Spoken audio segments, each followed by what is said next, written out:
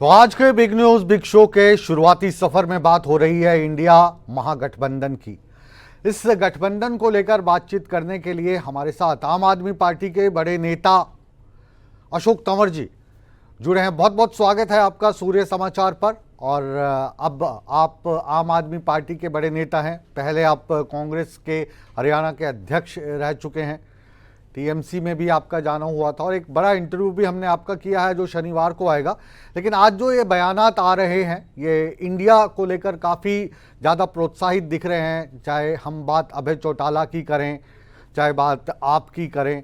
लेकिन जो गठबंधन के लिए हरियाणा की अगर हम बात करें तो कांग्रेस बड़ी पार्टी है, तो वो इस उत्साह को कहीं ना कहीं अच्छे से नहीं ले पा रही है। वो कह रही है कि आप लोगों को सीट अगर दी जाए, सीट बंटवारा किया जाए लोकसभा चुनाव में या विधानसभा चुनाव में, तो उसका आधार क्या रहे। कांग्रेस तो खुद अकेले सक्षम है चुनाव लड़ने के लिए।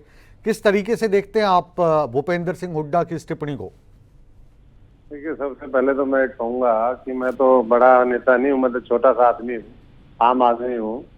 और जहाँ तक सवाल ये है कि आधार तो बनाने पड़ते हैं। अगर देश में, अगर आप देश के बारे में सोचते हो, इंडिया के प्रति हर उस व्यक्ति की, हर उस संस्था की, हर उस शख्स की उत्सुकता देखी जा सकती है जो देश को बचाना चाहता है, जो संविधान को बचाना चाहता है, जो 140 लोगों की लड़ाई लड़ना चाहता है।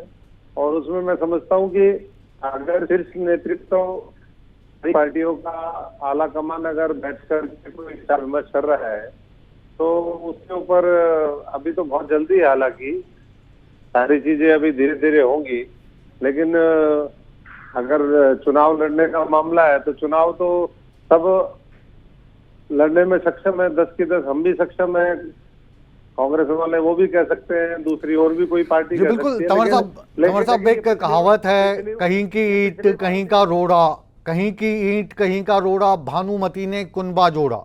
इंडिया गठबंधन को लेकर सत्तारूढ़ पार्टी भारतीय जनता पार्टी इस तरीके की फब्तियां आप लोगों पर कस रही है।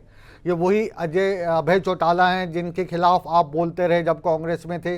भूपेंद्र सिंह हुड्डा अभी वही नेता हैं जिनके कारण आपको पार्टी छोड़ के जाना पड़ा।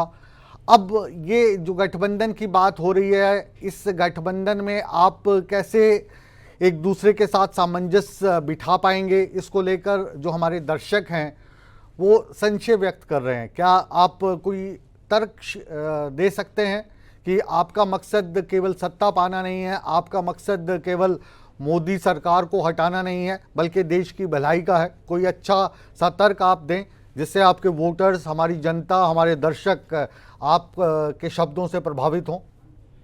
मैंने बहुत पहले ही कहा शुरुआत में ही कि अगर हम देश के बारे में सोचते हैं, लोगों के बारे में सोचते हैं, किसान, मजदूर, कर्मचारी, नौजवान की लड़ाई लड़ना चाहते हैं, आज देश के अंदर चंद महापूंजीपतियों का राज नहीं चाहते, उनके इशारे पर बनने वाली नीतियां नहीं चाहते, तो सबको आगे आना पड़ेगा। और इसलिए कांग्रेस तो दिल्ली में भी सारी सीटें लड़ी, फिर क्या हुआ? उत्तर प्रदेश में भी लड़ी, फिर क्या हुआ? हरियाणा के अंदर 10 की 10 सीटें लड़े थे, फिर क्या हुआ?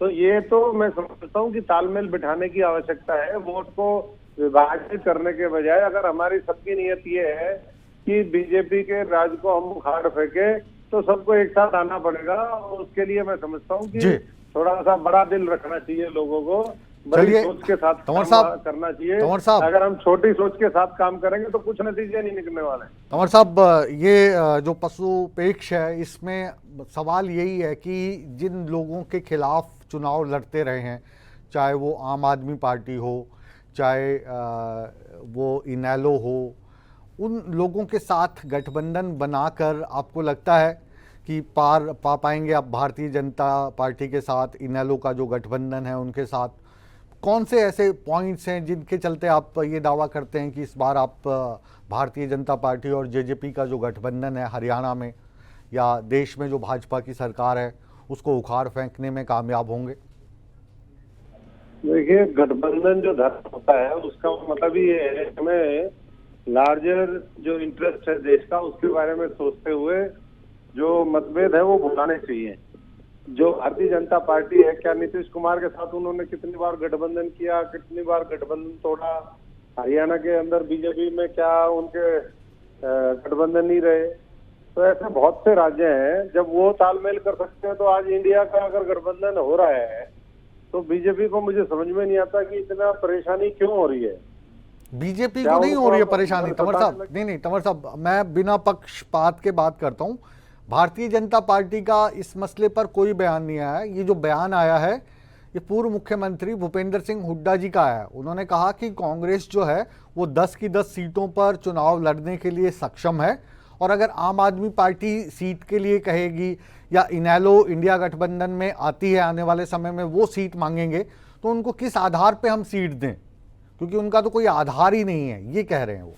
कि भाई 10 की 10 जगह पिछली बार आप हार गए थे, इस बार अगर जीतना चाहते हैं तो मिलके लड़ो। आधार तो ये है, जी पिछली बार आपने सरकार खुद खत्म कर दी थी, खुद सरकार नहीं आने दी थी। इस बार मिलके अगर लड़ेंगे तो बेहतर परिणाम होंगे देश के स्तर पे भी और जगह भी। एक मेरा आपसे आधार आपसे तो जिसने आपसे पर्सनल सवाल है, क्योंकि आप कांग्रेस में भी रहे हैं, आप टीएमसी में भी रहे हैं, और अब आप आम आदमी पार्टी में हैं, और इंडिया गठबंधन में ये तीनों पार्टियां हैं। और अभी जिस तरीके से बातचीत हम अभय चौटाला साहब की सुन रहे थे तो वो भी आ जाएं, तो क्या ये जो तीनों चारों पार्टियां हैं इनको एकजुट हरियाणा में करने के लिए आप उसमें कोऑर्डिनेटर की भूमिका में आ सकते हैं, क्योंकि जान पहचान आपकी तीनों चारों पार्टियों में अच्छी है? आम आदमी हूँ और ये पार्टी ने अपने डेजिग्नेट किए हुए हैं कि किसको क्या क्या करना है। हम जमीनी स्तर पर मजबूती कर रहे हैं पार्टी की। अगले 1 महीने में आम आदमी पार्टी हर गांव के अंदर कम से कम 21 सदस्य हमारे बना करके तैयार कर देगी। जो लोग ये पूछ रहे हैं आधार क्या, आधार तो गांव से है और जगह है। पिछली बार तो आम आदमी पार्टी उस तरह के चुनाव नहीं लड़ी, तो उसका आधार अगर पिछली बार से ट्रेस करेंगे तो मैं समझता हूँ कि उससे तो फिर बात बनने वाली है नहीं। जी।